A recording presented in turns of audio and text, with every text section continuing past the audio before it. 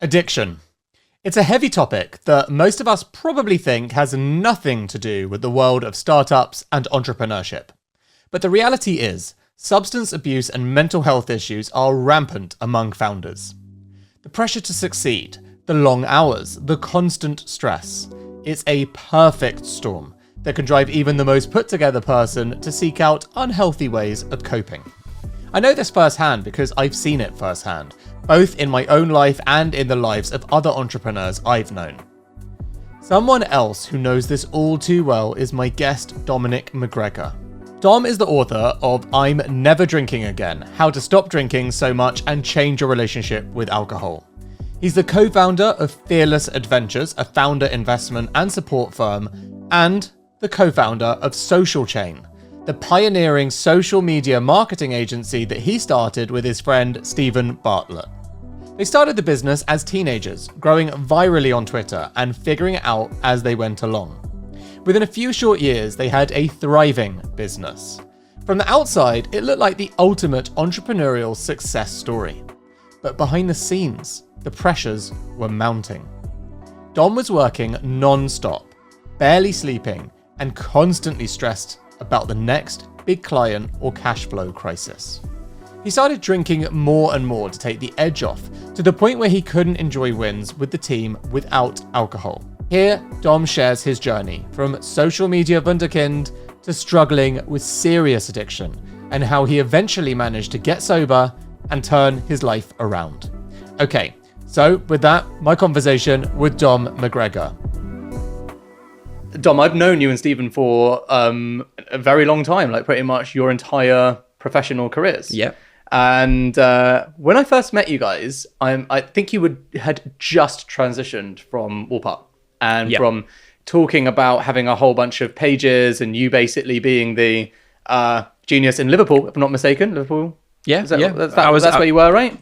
University in Edinburgh, lived in Leeds, and then we moved to Manchester. So that area. But, yeah. Okay, so I was wrong. Liverpool football fan. Yeah, I know. I'm not going to judge you for that, but anyway. But I just remember you telling me the stories about how you were building up these audiences on Twitter and going viral with these viral meme pages and how brilliant that seemed.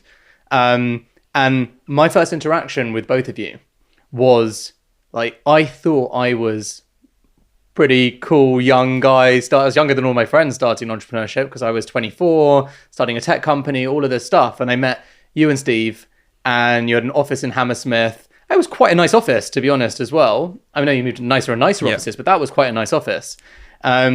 Just a couple of 19-year-olds and, big whiteboard behind you and getting up and showing me all the different things you can do. And it was highly impressive. Thank you. And it was quite magnetic energy. And I think the two of you also complemented each other really well, especially at that time as well, because ironically, out of the two of you, I always felt like back then, Steve was actually relatively introverted and you were quite detailed. Yep. You were actually very clear, this is how we're going to do it. This is what we do. This is how we do it. It was interesting, to see the dynamic.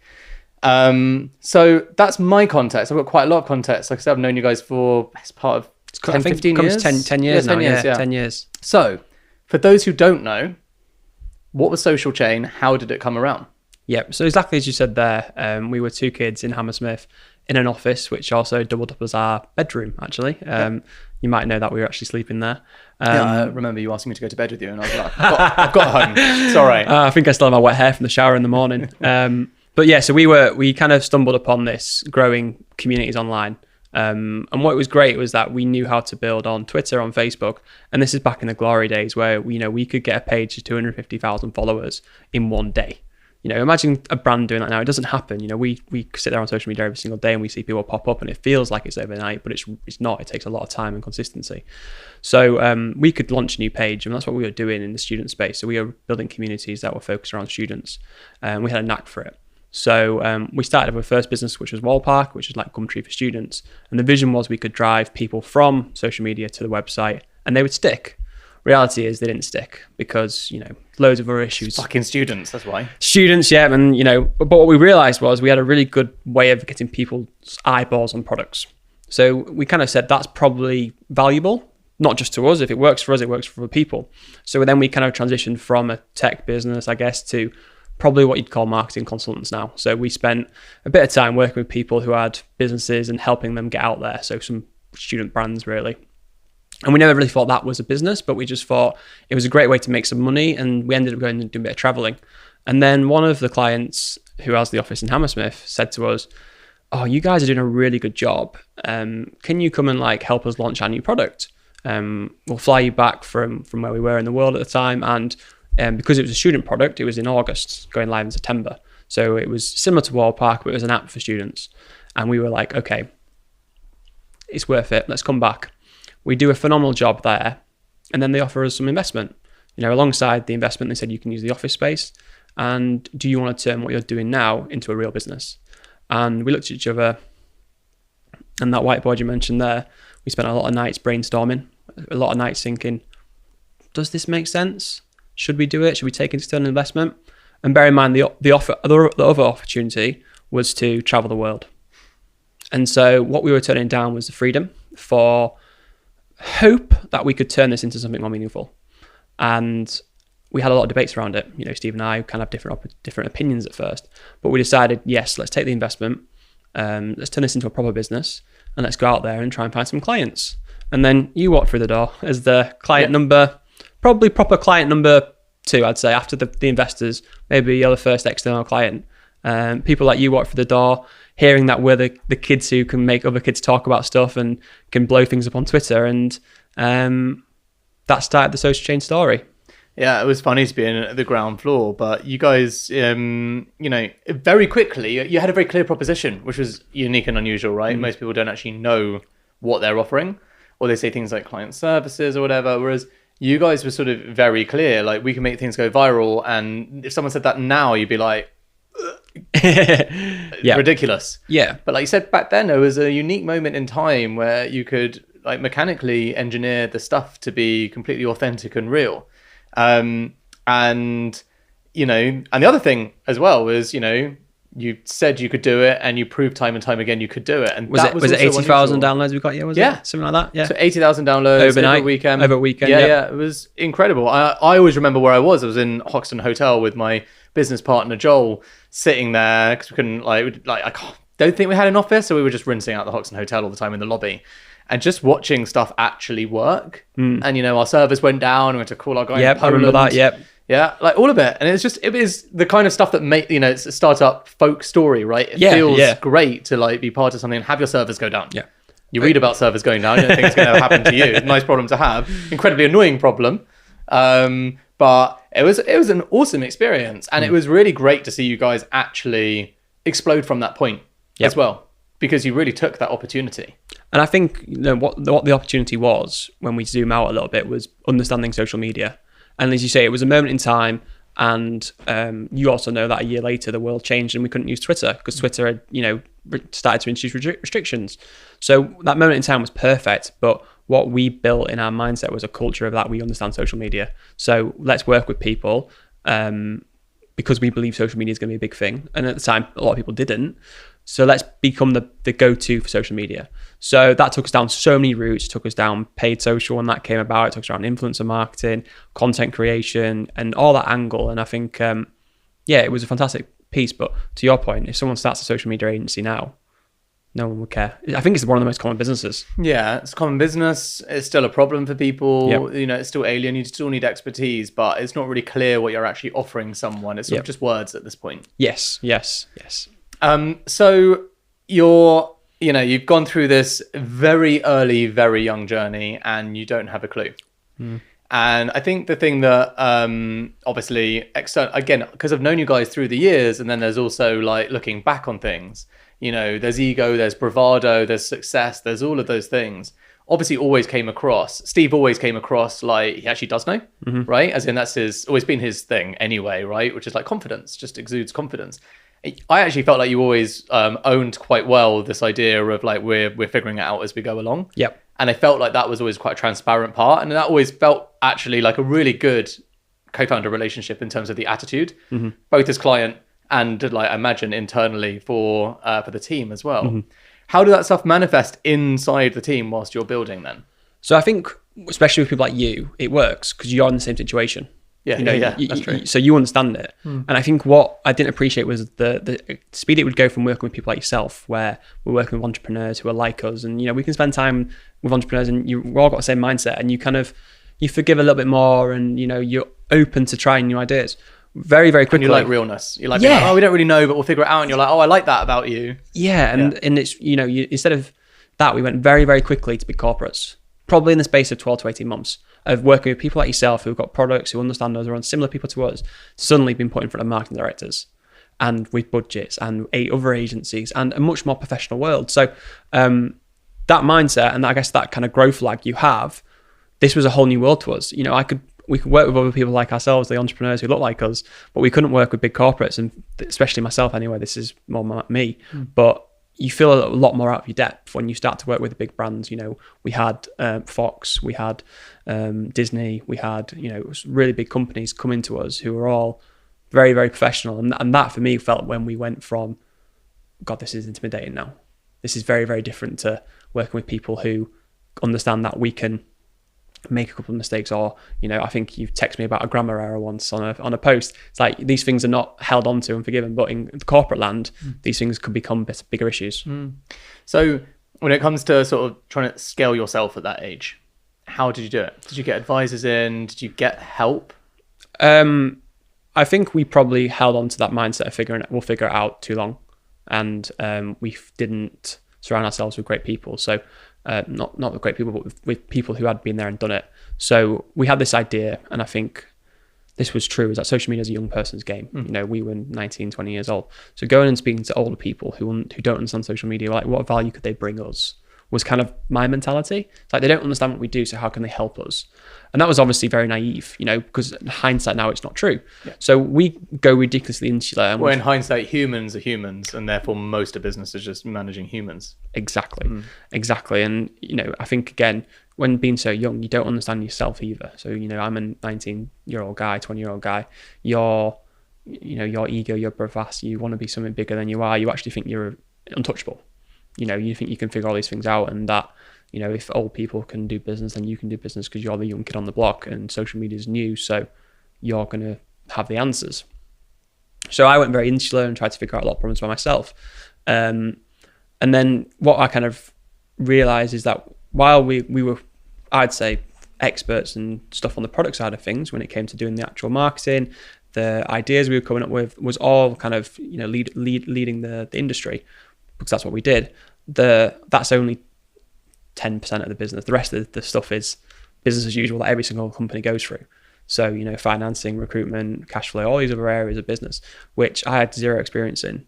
But because I assumed that I was fantastic on the 10% of the product side of stuff, that the rest of the stuff will just happen and we'll figure it out. And that's the easy part, to be honest. The hard part is the magic secret sauce that we're putting onto campaigns. So we kind of just focused on that, really. And the whole professional business side of things, we just never even looked at or cared about, It was not something it was not something we really thought about. And I remember when we did our first investment from the client, they said to us, we'll put one of the guys who will do your accounts. So a lady called Jane, she was going to do our accounts. So I was like, great. So I think the deal was done in September. As in, this is people investing into Social Chain? Yeah. And then by March next year, we've not heard anything from Jane.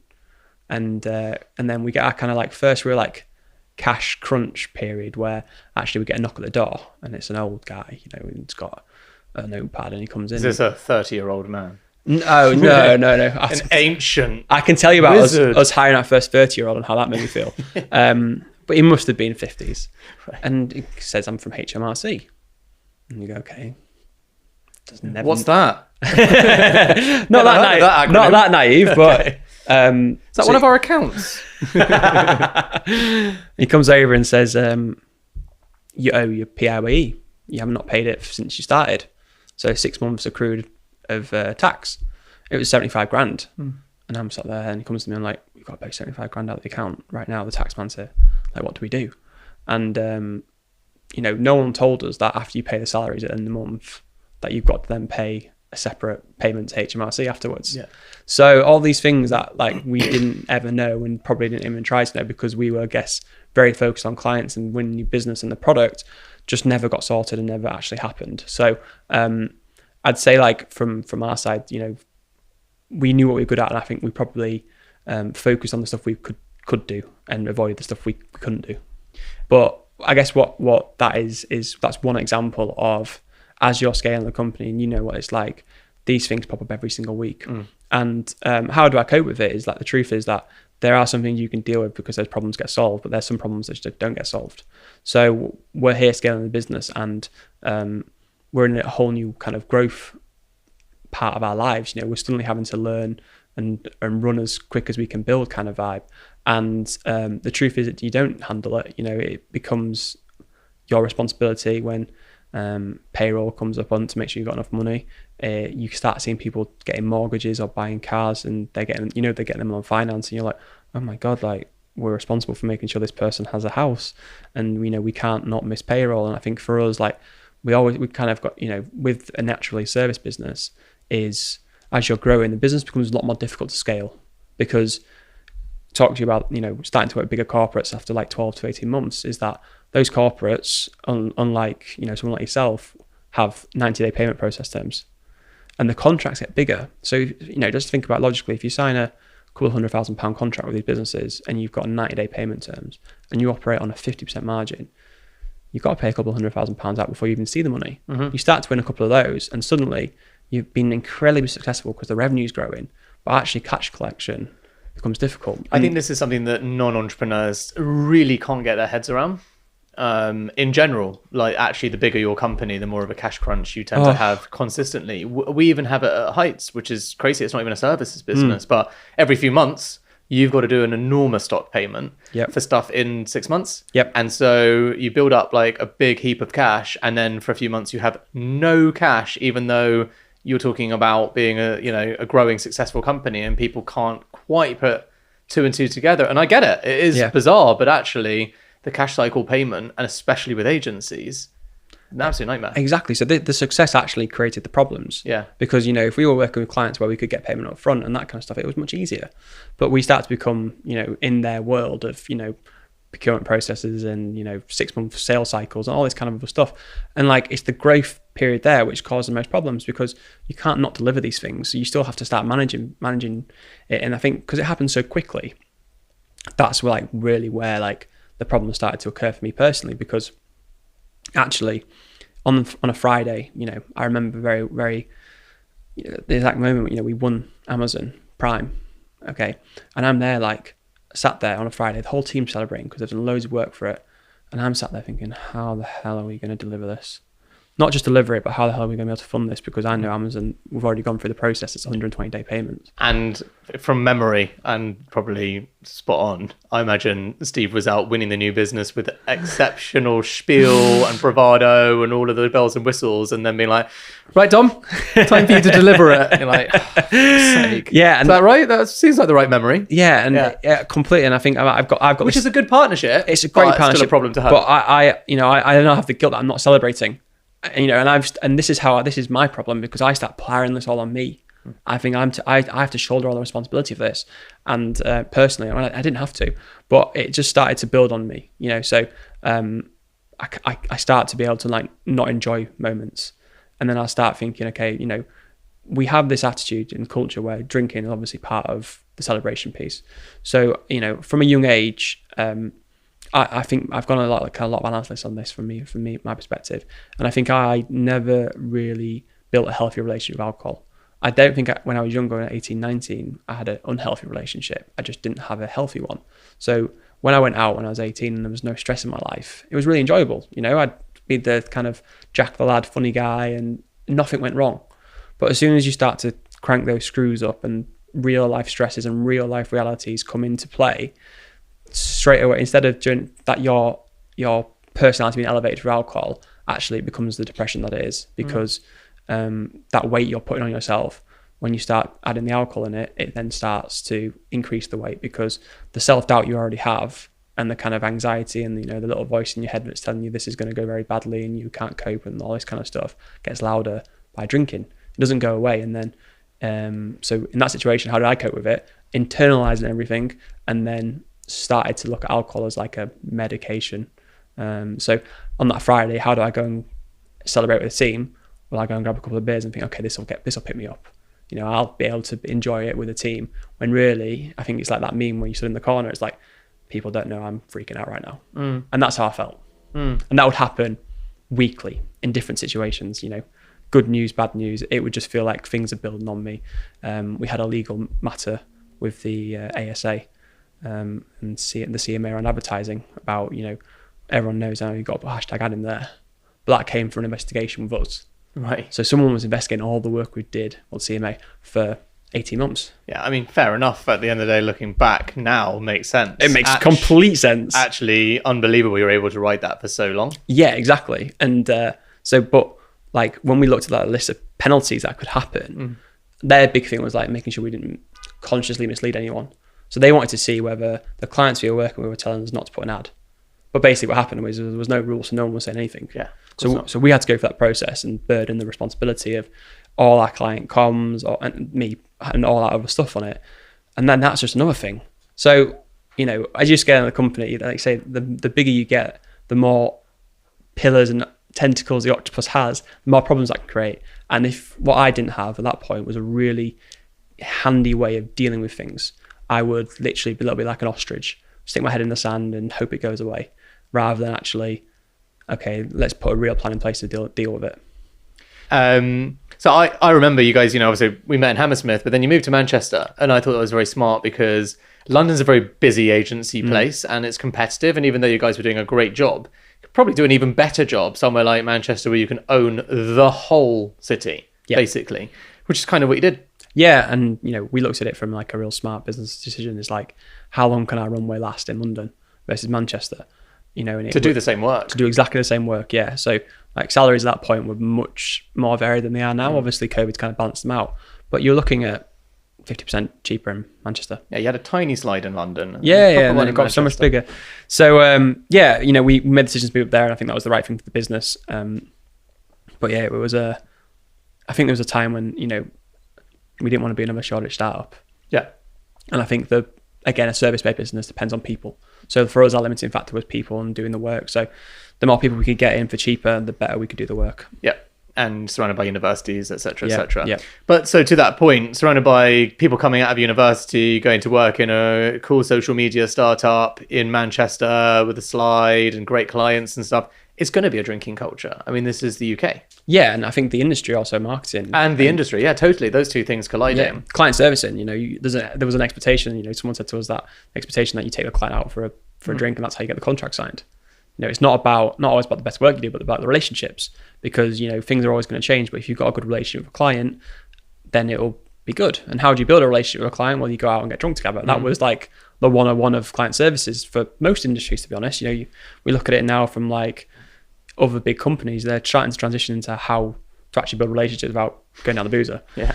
So yeah, that was exactly it. So for me, like, yeah, you know, everything was centered around alcohol. It was like entertaining clients was alcohol, celebrating with the team was alcohol, weekends just being with my friends was alcohol. So it couldn't escape it, and it was everywhere, and it felt normal.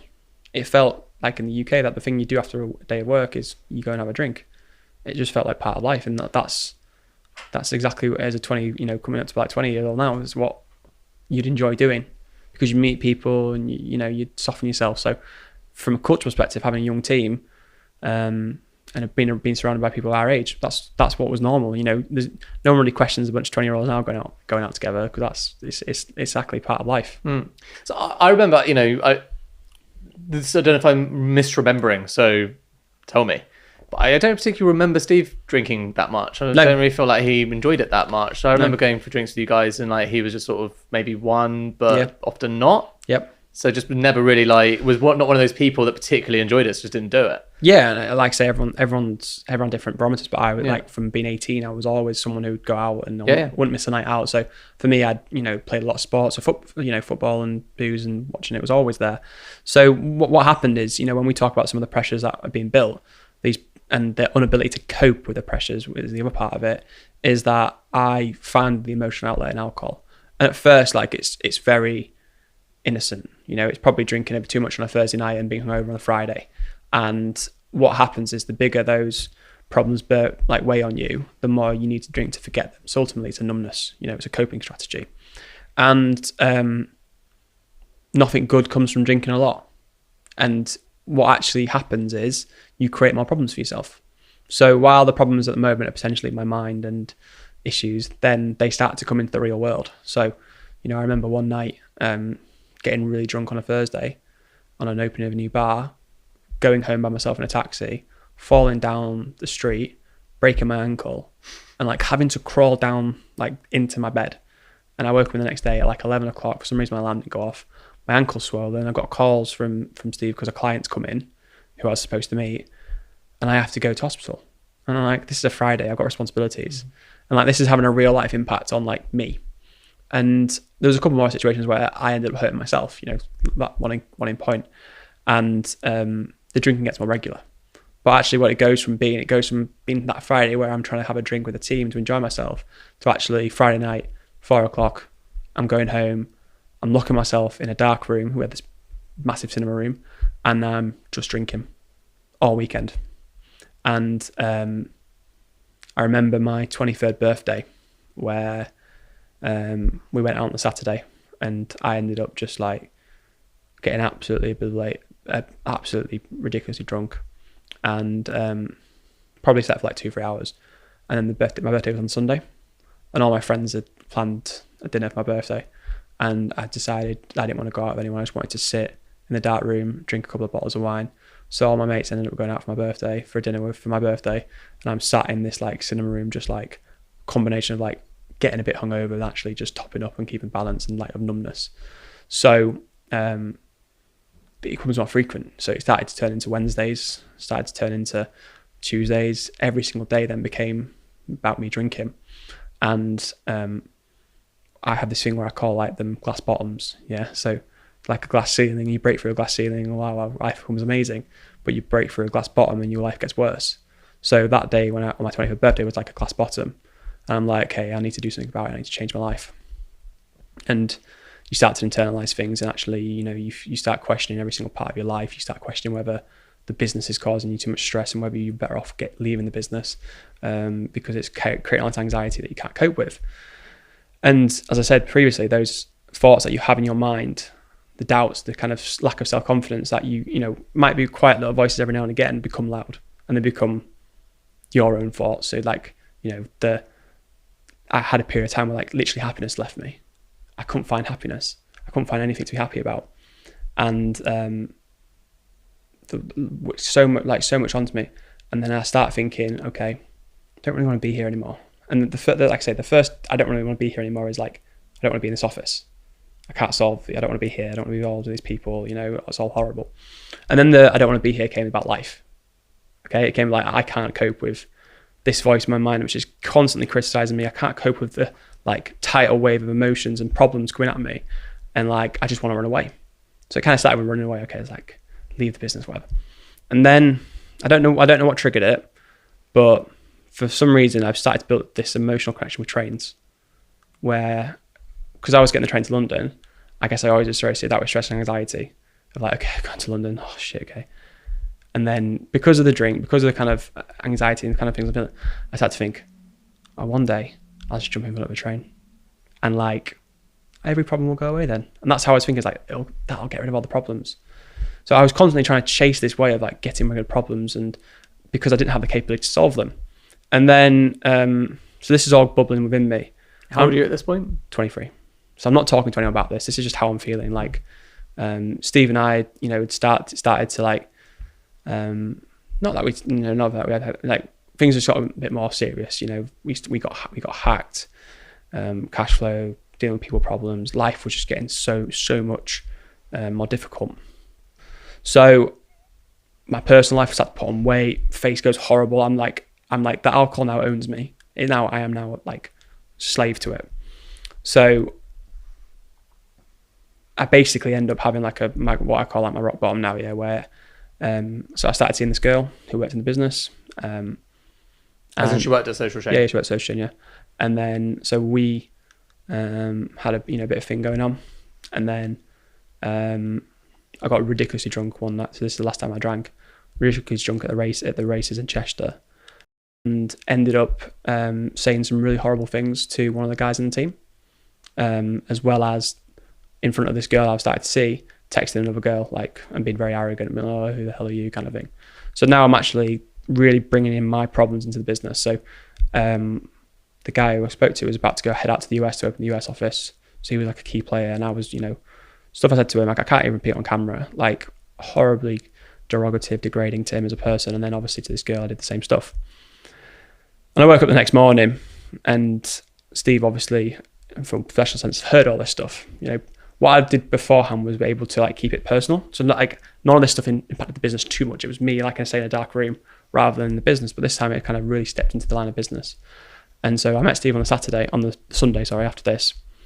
And Steve talks about in his book, and he was getting ready for war, to give me hell. If it went the other way, I was leaving the business. That was going to happen. Probably hand back my shares and nothing, and be gone. That's probably where it would have gone if we went on the other route. But he walked in, and I just broke down. I said to him, something's wrong with me. I don't know what it is. And I started crying. I said, I just don't know why I'm acting like this. I don't know why I'm doing it. I'm not in control of anything, and I need help. And his demeanor switched straight away. It went from kind of a bit argumentative, not that he was going to be to the friend I needed in that moment. And at that point you've been through stuff for 4 years, right? Yeah. So I needed a hug. I need someone to tell me everything's going to be all right. And we talked a lot then about how we're both feeling. He opened up to me, and then we put a plan together for what I could do and what I needed to do. And part of that was going to see someone about what's going on, find out. It was very difficult to at 23 years old to talk to someone else about your feelings. Guys find it half difficult to talk anyway. Yeah. So you're young men, and you're oh yeah, it's all weird. So you open up, and I broke down. And now I broke down, and I said, look, what happened yesterday, it's not me, and I think the biggest thing for me was I could hurt myself, but hurting other people felt like it was the end of the line. The guy who I was horrible about has been one of my best friends at Social Chain for years. The girl I was seeing, I really liked, and I've nearly ruined the relationship with both those people. So I couldn't deal with hurting other people. It's a bit like human rights, isn't it? Yours end where they start encroaching on someone else's. Yeah. It's the same thing with hurt. You can hurt yourself. Yeah. But if you start to hurt other people, then it's a real good opportunity to reflect on that. Exactly. And so that was my rock bottom.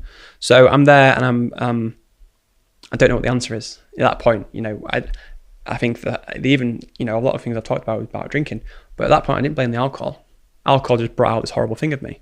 So that was a Sunday. The Monday I went to go and see a therapist for the first time to just download on them how I'm feeling. Talked about everything. And then they effectively said, you're dealing with imposter syndrome because you're a 23-year-old guy running this business.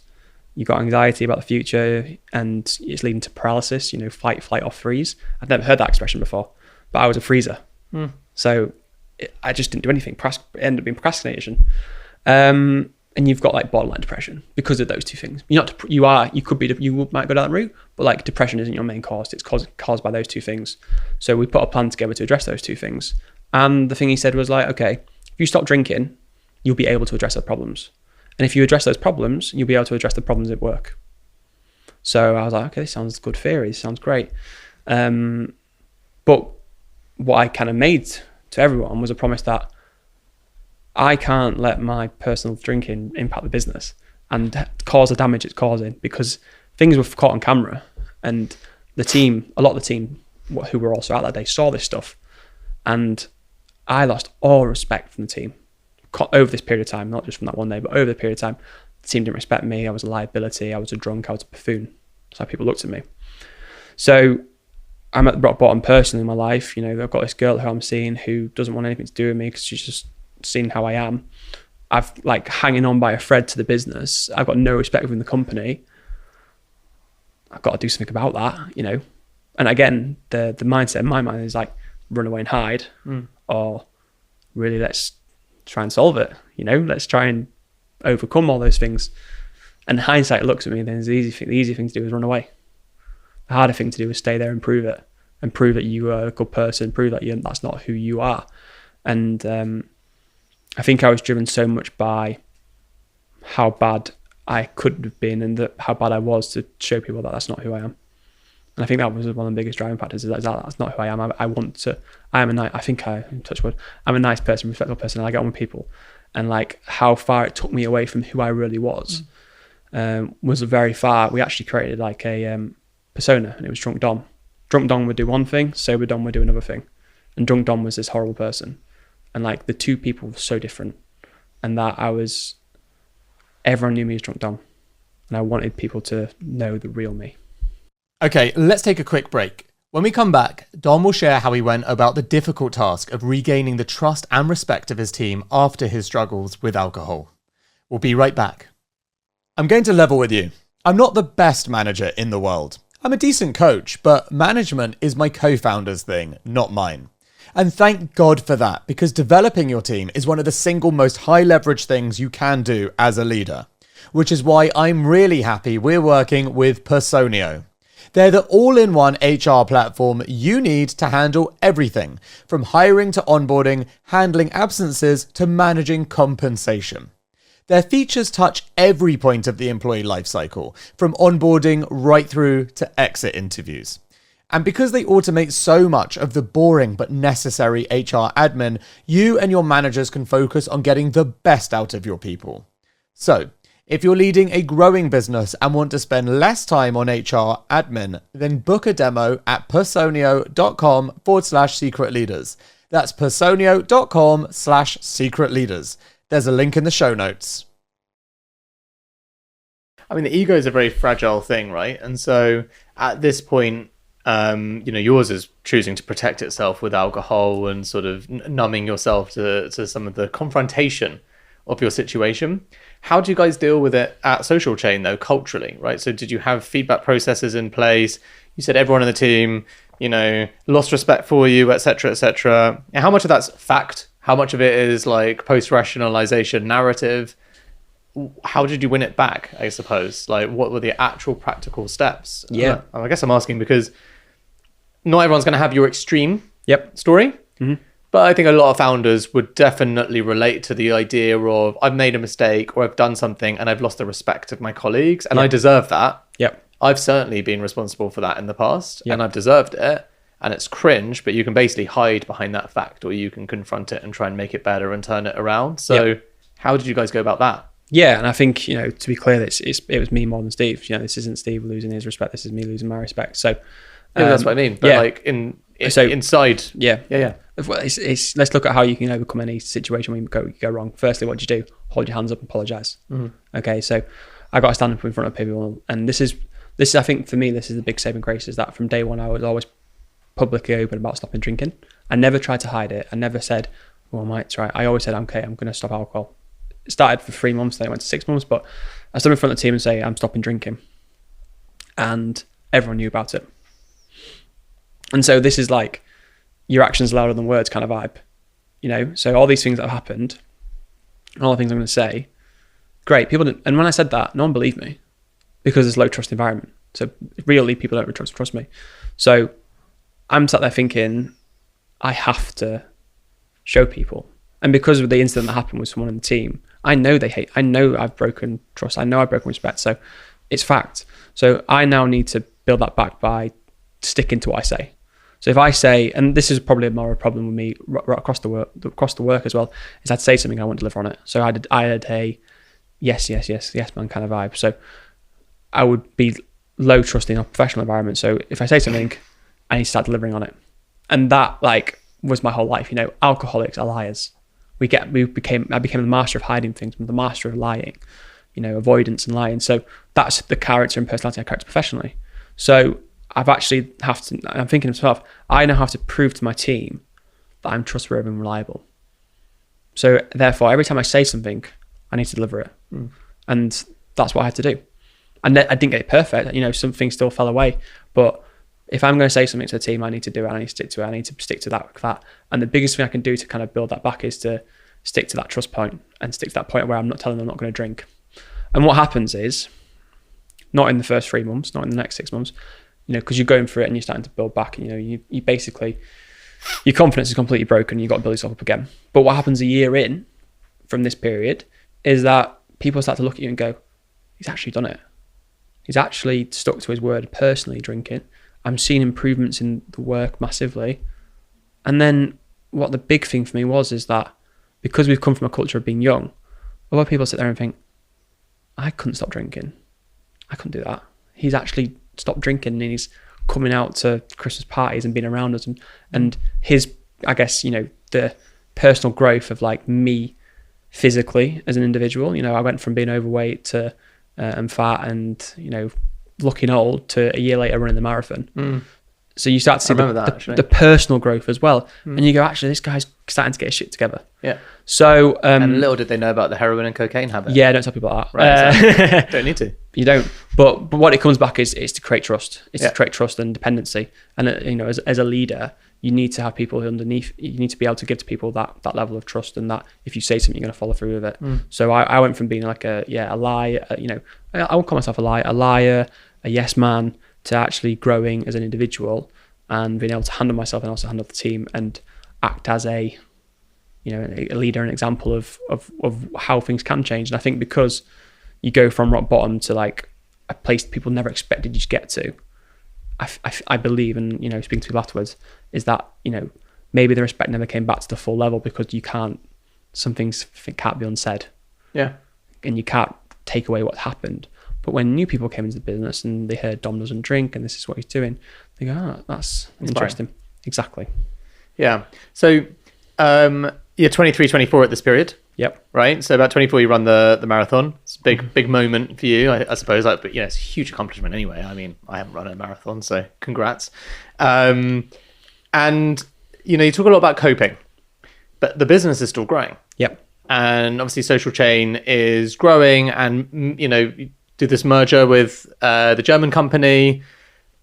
Talk to me about that then. So from that period to like a merger, an exit, and what your coping strategies were at the time, because these are new things. Yep. But you don't have your crutch. Yeah, I think so. Coming back to like what ultimately was happening to me is like my anxiety I was creating myself was making me freeze. So I felt myself was just procrastinating at times. When I should be doing this, I've got a whole list of things I need to be doing, but I'm not addressing it because I'm like sat there thinking about I'm either drunk or I'm thinking about myself. So like my efficiency was like so low. And I think what kind of the trigger of the conversation Steve and I had about how we're coping in life and in business led us to like having the strongest founder relationship about what we need to do next to improve it for ourselves. And I think that was the trigger to go out there and build a management team, because we can't do all this stuff for ourselves. We're young kids. So that was a wake-up call for us personally to go out there and build a team of people around us who are experts, because they're going to help us solve out these problems. So not only am I in myself like removing the anxiety and the problems so I can actually address issues. So one of my big things there was like someone would tell me something that I need doing and I'd be like, yeah. So I would never take it in. I'd never listen to people. I'd never write it down. I'd never say, okay, this needs to be done by this time and this date. And then part of me stopping drinking was, okay, the easiest way for you not to build an anxious life is to actually get things done and look at how you can manage your workflow, look at how you can manage your calendar management. So part of the next kind of 6 to 9 months after that was getting that sorted. So, we had an open floor office. You came to it. People could just walk up to your desk and say things to you and say, I need this doing. Can you help me? And like stopping that, we moved our desks away from people to be able to like have space to be able to tackle things. So there were so many little things that happened, and what effectively built was like a much better way of us all working, the team, the business working, the business growing. So we ended up growing quicker. And the two things are not linked. I'm not here saying me going sober was the kind of thing that triggered the business going on, but we were on that growth curve anyway. Mm-hmm. And we brought in a management team. Yeah, you just weren't fucking it up anymore. Yeah, exactly. I was. You weren't ruining it. You were taking away the negatives I was taking out of the business and just positives. Yeah. So we opened up in the US. We opened up in Germany. We grew the business. We brought in a management team, and it's a service business, so the more people you have, the better people you have, the better work you do, the more contracts you win. So we grew that business that way, and then one of our later stage investors was a German individual who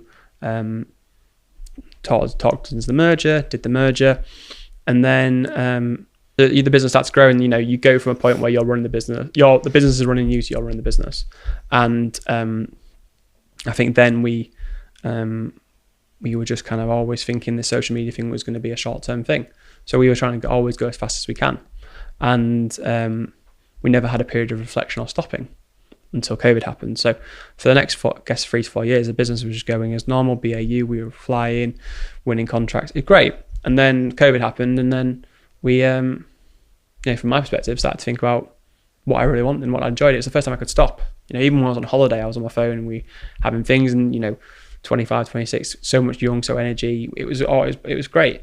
And then When was the merger? Was that 2018, 2019? 2019, October 2019. So incredible timing. And how was that deal structured in terms of who had that ultimate responsibility? As in, was this additional pressure, or was it pressure off? A bit of both. The business has gotten bigger, and we'd had more areas of the company because we'd kind of brought in other parts of the business. So that, but also then you crystallising your shares into a public company. So the actual future of realisation is kind of gone. Yeah. So both a little bit. But again, the timing could be better, but the timing also could be worse, is because it fundamentally, 6 months later, one part of our business was an events company of the group, and that's gone. So you've got different panics, and so it couldn't have been better, but also it could have been worse. I think it was a catalyst for it a lot. And right, it's interesting because if you just focus on social media, see ifs and buts, but that obviously goes gangbusters during COVID. Yep. But then you've thrown your eggs into multiple baskets to split the risk, and events goes into absolutely nothing. And so you've got that kind of net kind of in the same spot. Yeah. Exponential and zero is still back here. Exactly. Yeah. So, but what happened, I guess, in that time is that Steve and I spent a lot of time together. Even when COVID happened, people were working from home. Me and Steve were living together at that point? No, we weren't living together, but Steve came back from the US. So we found ourselves just in rooms together. Yeah. For the first kind of 2 weeks was crisis management, command center, going over what the hell's happening. But the rest of the time was dealing with the business and and our own kind of time together and reflection on what we want to do next and what we want to do, full stop. I think, going back to where we were in that point of life, you probably think, what happens if the world ends? What happens if we never get, what happens if the world never opens up again? What's going to happen? And we're sat in here in this office, no one else is there. There's one place on Manchester which has got Deliveroo, which is open, so we're getting that food every single day. And just talking about the world, I think COVID, that first period, made you really reflect. So off the back of that, knew it was time to leave. I think I was waiting for the moment where things felt like the future was secure, like maybe the merger and the rolling of shares and seeing it crystallize for one point, to then jump, because I still don't think I dealt with the fact that the problems I still thought the business was causing me problems. So as long as it was a little bit Stockholm syndrome and I was still there working on the business, there was still my anxiety and stress. I just could cope with it. So I in my mind, I was I'm ready to go. One last break. When we return, Dom will share his experience of trying to figure out what's next after leaving the company that became so much of his identity. From angel investing to consulting, we'll hear about Dom's search for his next meaningful venture and how he approached it differently this time around. After the break. Are you building a SaaS or venture-backed business? Or are you just trying to grow internationally? Well, if potential customers or investors haven't already asked you about ISO 27001, SOC 2, or GDPR compliance, they probably will soon. Achieving compliance can unlock major growth for your company, but the process is often time-intensive and costly. This is where our partner, Vanta, can help. Vanta automates up to 90% of compliance work, getting you audit ready in weeks instead of months and saving you significant costs. Plus, Vanta scales with your business, helping you successfully enter new markets, land bigger deals, and earn customers' trust. As a special offer, Secret Leaders listeners get 20% off Vanta when they go to vanta.com/secretleaders. That's VANT.com/secretleaders for 20% off. There's a link in the description. So I remember him actually messaging me about this, being like, "We're leaving," just before you did, maybe a month or so before. Obviously, it was like it's confidential, etc. But like, we're leaving. So I'm trying to like track this back. So, but in his circumstance, I suppose he'd already started the podcast. Must have been a few episodes in, maybe 20, 30 episodes in or something like that at that point. And so I guess this is projecting, I'm asking you, but it's easier when you're thinking about what to do next. I mean, I certainly in this space, right? I have 3 different businesses. And so there's always this sort of like transition out of one, you got more time in the other. We talked about boredom earlier. Like I wouldn't know what that looks like, and I haven't given myself the chance ever really to actually figure out what that looks like, and imagine it might even be blissful. But there's also the safety net of you transition out of one thing, at least you've still got this other thing. You didn't have that. So exactly what you just said there about it being blissful was how I was thinking. Right. I said I need peace. I was craving the silence still. Of nothingness, because I kind of, again, coming into something I went from university to running the business in the space of 6 months, and I'd never had a moment's peace. My WhatsApps were always going. I had this idea, I always wanted to go and do a Tibetan silent retreat, because I think I was craving silence and peace. That's what I thought I was craving. So my idea at leaving was, I'm going to do nothing. I want a period of time to do nothing. I don't want to be bothered by people. I need silence. That's why I wanted to leave. And I lasted 3 weeks. You lasted 3 weeks of silence? 3 weeks of silence, yeah. The first week was people messaging you of all kind of things, congratulations. And you're like, just zip emoji. Yeah. But I looked at my WhatsApp before we did the announcement to the team, and then the top 20 people in my WhatsApp, I counted it down, 19 of them were related to social shame. So out of the 20 people that messaged me last, 19 of them social shame, the other one was my mum. So, yeah. And then at the start of week 3, there's no messages coming through. I realized my entire life and identity was a business. No one's messaging me about it. And I'm feeling useless. I'm feeling ridiculously useless. And I'm like looking at my dog thinking, no, I could take you for another walk. I'm going to teach you how to roll over today. And Big day. Yeah. And so actually the chaos and the challenge was what I wanted and what I lived for, rather than the silence. Actually, the silence and purposelessness wasn't enjoyable. So at that point, I was like, okay, I'm not just going to do nothing. I need to think about what's next. I need to be working on something, because the silence that I was craving, and when I was at Social Chain and when I was drinking, it was never silence I wanted. It was actually control of, I want to be doing something and being useful, but actually being in control of it, rather than it being in control of me. So I can't be doing nothing, I have to be doing something. But whatever I do next has to be built in a different way that I'm in control, and it's never going to overbear and overpower me. But at this point, you still have your shares in the company, right? So you haven't been able to exit in 2020? I'm gone at that point, personally. Oh, so you've got your shares out? Yeah. Okay, fine. So when my business partner, Joel, and obviously Gravel had a different fate, so Gravel failed.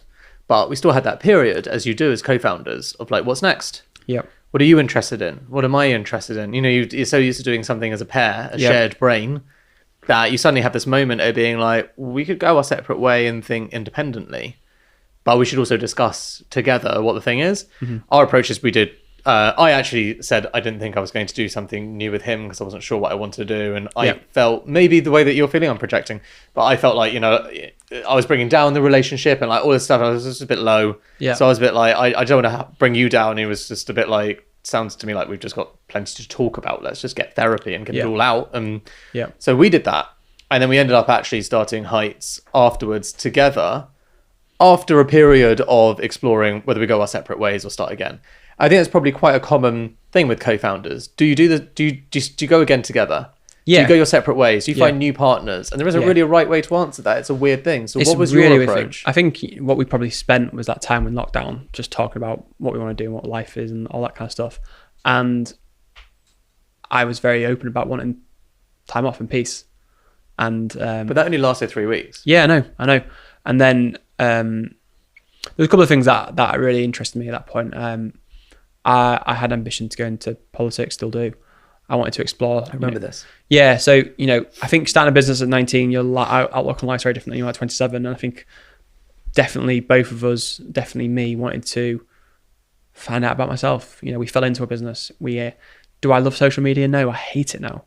Maybe because it's Stockholm syndrome a little bit. But like I feel like I needed to find out about myself. I feel like I needed to, you know, find out what I enjoy, what I want to do, you know, and then I think get an understanding of what that looks like. So, you know, we talked about things and we talked about ideas and concepts, and I think what we both were probably in a point was because things had been so intense that we just wanted to decompress. And that decompression during COVID, when you're locked down in your own houses, is done in different environments. You know, maybe if we exited earlier on and we were together all the time, something might have happened together. But I think what happened is we decompressed in our own circumstances, and you build out different things and different thoughts at that point. So from my perspective, yeah, I think I wanted to learn about myself a little bit because I'd never known anything other than social chain and work. I changed as a person so much, but I never thought about it. So yeah, I think I kind of saw that as a good time to do that. How long did that process take? So after the 3 weeks, of sitting on a beach, and I was like, okay, this is terrible. I need to do something about it. I think there was like a 6 month of panic, and I definitely made not bad decisions at that point, but interesting decisions. Decisions that you know, I consulted at a FTSE 100 company, which I really enjoyed. But Steve did the same thing with Christian Angermar, right? He went to work for Christian and basically, let's see what it's like. Yeah. You know, it's quite a normal thing to do. Just to try, I'm not my own boss. What is it like to work for someone else? Yeah. Did some time consulting, and then, you know, I think I stumbled upon the fact, what I actually enjoy. Did a bit of angel investing. You know, I could talk about the emptiness of angel investing for a long time. And, you know, you put money into a founder and then they say thank you, you don't hear from them for another 4 weeks, and then you just added to an email, and it felt empty a little bit for me. So I tried all these things, and then That's interesting though, isn't it? Because that's sort of more about what your expectations are going in. Yeah. So it's funny because I do angel investing, and I hope for not exactly what you're saying, of course, but you know, I'm operational in a business. I don't want to be constantly speaking to my angel investments. I want to be giving them my money and then being like, I trust you. Yeah. And if it goes well, it goes well. And if it doesn't, it doesn't. And don't just totally ghost me. But you've had the pitch where everyone's like, oh, I want you in because you know this and you know that. Yeah. But but that's the thing. I don't want that. I'll give you anything but time. But I've got at that point. Well, it's time. Yeah. I've got time. So I'm like, give me a ring, you know? Yeah. I'll be useful. I understand that. So I must have did 10 or so angel investments, and there was this, you know, it's a sales process. Up to the point of the sale, they're really involved, they're really kind of going, and then you hand over the money, and then you're like, oh, I can help you with something, you know, pick up the phone and call me. So I found that very empty. But I think the birth of the new business Fearless was born from all that area of consulting being a bit empty, because you can't really have any control of what goes. You tell them and you advise them, and they've got a team and you work with them. And angel investment being a little bit empty because you're giving them money, but you know, you think you could give more time because, you know, having a background in marketing. That Fearless was born out of an angel investor who has more influence and control. So blend investing and an agency together, and that's kind of what Fearless is. It invests in companies with capital, but also we've got a team of people who can work on the marketing, which is effectively what I was sat there thinking about in lockdown. I was like, oh, I should do those two things together. Is that sort of like a micro private equity, but with a marketing focus rather than an operational focus? Yeah, I guess marketing, recruitment, finance are the kind of three areas which I think are commodities in business. Yeah. So you can commoditize those with central teams.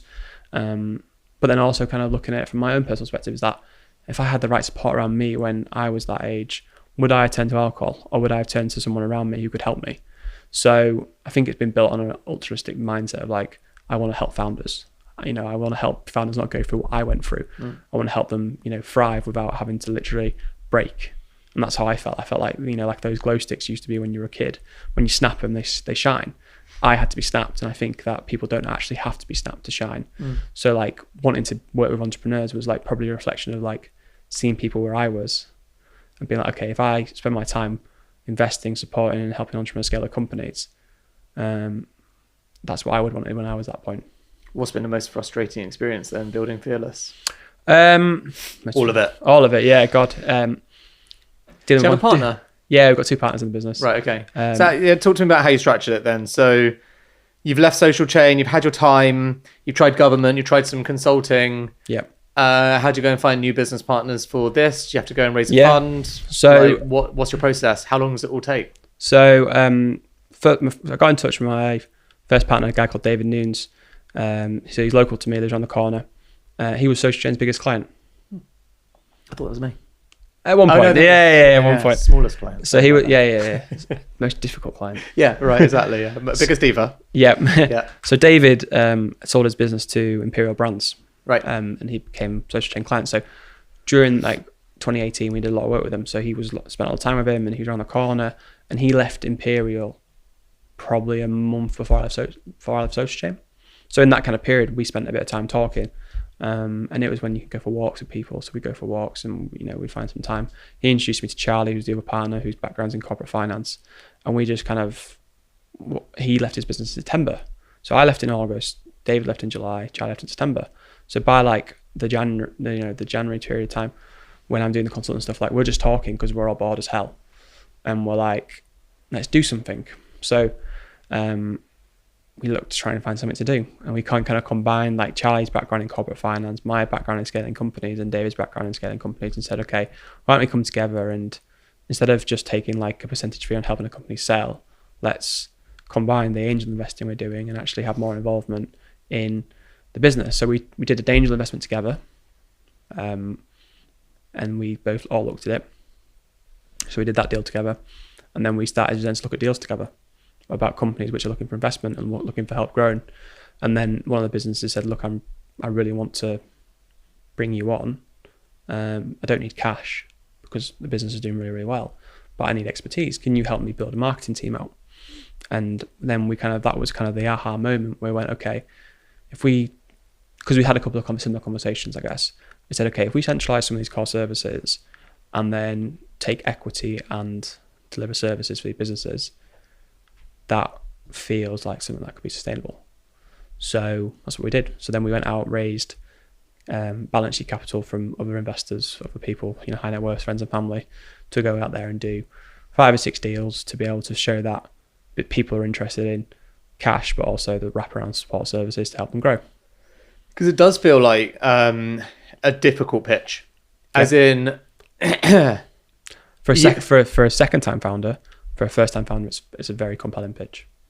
Well, okay, that's interesting. You have more insight than I do. I was going to say the opposite on the basis of, so when I was building Grabble, we had Ford partners. Yep. They had a very similar model. Yep. A venture capital fund. They also had lots of services. Their team were actually pretty good. Yep.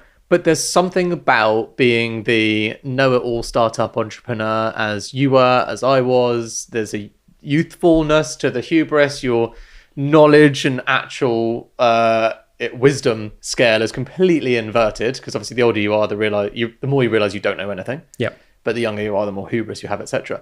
And so I would always question, surely I can find a better growth expert than they'd offer. Surely I can find a better marketing person than they can offer, simply on the basis of doing a process to find the best person, full stop, versus being given the person that your funder is telling you to take. There's some sort of innate, I don't know, negativity bias that I felt I had. Yep. That was me as the client, so I don't know. And as you know, and everyone's different. But you still raise money from them. I still raised money from them, yeah. And they didn't force us to do that. We're just saying that was their model, and it was unusual that was their model. Yep. As in unusual in the same way that your model is unusual. Yep. Not everyone offers these things. Yeah. So yeah, I was just curious, how do people respond? Are there people like me, or is they completely unique around that, and people actually quite like having an easy life and just do it? Yeah, completely. And I think the key is look, there are some areas which can really be commoditized to take the financing side of things. So doing the management accounts for a company doesn't sound sexy, but it's fundamentally really, really important. If we had someone actually doing that, if Jane did that when we got the first investment, do I think I'd end up where I was? Bloody Jane. Jane doesn't seem like a real person. She is probably really, fakest name ever. Oh, Jane from accounts. Yeah, it was her. But the marketing and growth strategy is important. So I kind of always talk to people about it. Look, the ultimate ambition is you stand on your own 2 feet, but there is, I guess, period of time where you need half hires, or you need a little bit of support here to be able to take a new channel like Amazon. Okay, if we can put you into your business for 3 months who doesn't cost you anything, who can get you set up on Amazon and show that this is a sustainable channel for you in the future, then at that point it'll trigger you to bring in someone full time. So it's giving them resources in areas where they might not be ready to fully invest in the area, or they want to test and learn, or they don't want to go to an agency first, and then help them find the right person to then do that full time.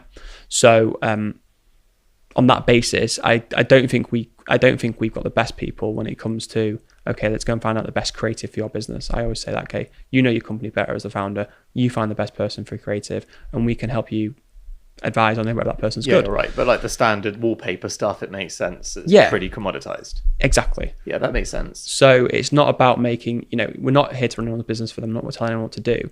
We're here to be partners to companies and founders who just want someone to bounce ideas off, and someone who can get hands-on and help them in areas where the low-hanging fruit.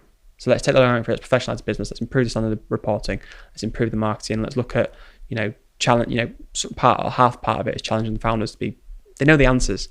A lot of times they know the answers, but they need confidence. Yeah. Well, they need a sparring partner anyway. Exactly. And that's where the kind of concept of fearless came from, was like the founders just need to be a little bit more fearless. They tend to know the answers, but they want to really be validated. So the most valuable stuff we've done is being able to talk the founders into actually doing things they want to achieve, and giving them the comfort and security to be able to do that in certain ways. Okay, so wrapping up, we talked a lot about coping strategies, and this was sort of your coping, alcohol was your coping mechanism. So other people who are listening to this story and being like, well, I actually, maybe I don't have a problem with alcohol, but I recognize some toxic behavior in myself for how I'm dealing with things. What's your advice to them? Yeah, so I guess kind of through my process of like writing the book I'm just about to release has been me looking at a lot of coping strategies. And the first question I asked in the book is like, why did I drink? And, we talked a lot about how I was in those moments, but ultimately it was to cope. That drinking could have been betting, could have been smoking, could have been food, could have been something. So we all are humans and we all need to cope. But what I never did was I never questioned what my coping strategy, what my coping to cope thing was. So I never questioned that alcohol was the thing I was using to cope. So my advice to everyone is like, look, there's a really simple process here about how you can identify it. You got to ask yourself the hard questions. Is my relationship healthy? So the book is about how to change your relationship with alcohol. And when you think about a relationship, you think about, our wives, how you kind of have a relationship, you discuss things, you question, it's not one way, it's a relationship. So with alcohol, or any coping mechanism, if you think, okay, this is a relationship, what's it giving me, what am I giving it? You start to think about life differently in lots of situations because you start questioning whether it's good, whether it's bad. And then what I kind of say and write about the book is like, okay, if you're going to change, if the coping or whatever you're doing here is unhealthy and it's negative and it's causing problems in your life, you need to go through a period of change. So how do you make a change in your life that sticks rather than a change in your life which is temporary? And you can think back to like going to the gym. Okay, how can you make exercise stick? How can I get the motivation to be able to stick? But the truth is, like, these things constantly need to be worked on. So I went through a process with my therapist around called the cycle of change, which is effectively identifying a problem. So saying, okay, I've got a problem with here, taking an action. So you take the action to stop it or reduce it or whatever, and then the thing that really stuck with me is like, then actually what you enter is a period of maintenance where you're maintaining the change that you just made. And if you don't, so say, okay, I'm going to go to the gym 5 times a week and you don't go for the whole week, then the cycle punishes you because it actually calls the next step of the cycle a relapse. So you don't just get a slap on the hand. You go back to the start of the cycle where actually you've got a problem. So when I looked at that with drinking, I am now like in a constant period of maintaining. And if I mess up, I relapse and I go back to the start of the cycle, and all the hard work I've done has been for nothing. The badge of honor is taken away. Exactly. So my like paranoia now is like, okay, I need to continuously maintain it. So my advice to people is, look, identification, take their action, and then get really shit paranoid about ever failing, and just work on constantly maintaining where you are, because otherwise you don't learn. And what the kind of nice thing about the cycle is, it's an upward spiral. So every single relapse you learn from, to get to a point where you can live in that life and maintain. So I always kind of apply that to things I think are unhealthy in my life, because they still happen. I still cope through different ways. I had a problem with vaping maybe 2 years ago when it came out. I was like, I'm using this to cope, but I need to get over that. And things still happen. You know, I still have the issues and the stress and the strain that comes through life, personally, professionally, and you still need to deal with them. So find a healthy outlet. And I think once you have that healthy outlet of dealing with the problems, life becomes much easier. And I assume, you know, outside of social chain and your friends, you know, the first time people really heard about your experience with alcohol and stuff would have been from Stephen's book. Which I'm obviously sure he checked with you first, etc., etc. But, you know, that's obviously, you know, your role in someone else's narrative. So how did you find the experience of writing down your own narrative and getting your thoughts out and being able to share your story your way? Like, what was your book writing process like? How did it feel for you emotionally? Yeah, I mean, I've done a lot of talking around it. So like the story for me is like, it's out there. And I think what the book allowed me to do was to like put in more detail rather than just like the headlines. Yeah. And like there's things in there I've never talked to anyone about, you know, the process of going and wanting to jump in front of a train, you know, where does that come from? How did that develop in more detail? And the whole thing like felt like therapy. You know, when people like write down something and then burn a piece of paper and then it's gone, I like write it all down, send it to a publisher, and it's gone. Yeah. And the only difference is it's been published and everyone's going to be able to read it versus it's been burnt. But yeah, the process of like writing it down, going reliving those moments, being able to get it down and feeling like it's now done, felt real. I love it. It's that extra bit of paranoia you put yourself in now. I know. Yeah. X many days without a relapse and now a book, so you really can't do it. Yeah. Dom. I'm going to say that on that last thing though, that is it. I can't do it anymore. I can't sit here and say this stuff and then drink. So the social pressure now is the biggest reason I don't drink. It's a good name for a new company if you're looking for one. Social pressure. Dom, it's been a pleasure. Thanks so much for coming on Secret Leaders and sharing your story. Thank you for having me. Thanks for watching. I owe a huge amount of respect to Dom for his vulnerability and openness on these subjects. These are the kind of experiences that many of us would find pretty much easier never to talk about. Look, especially not in public on a podcast with an audience. So hopefully his story will help others who may be struggling to feel less alone and more willing to reach out for support. Oh, and don't forget, if HMRC comes calling, blame Jane.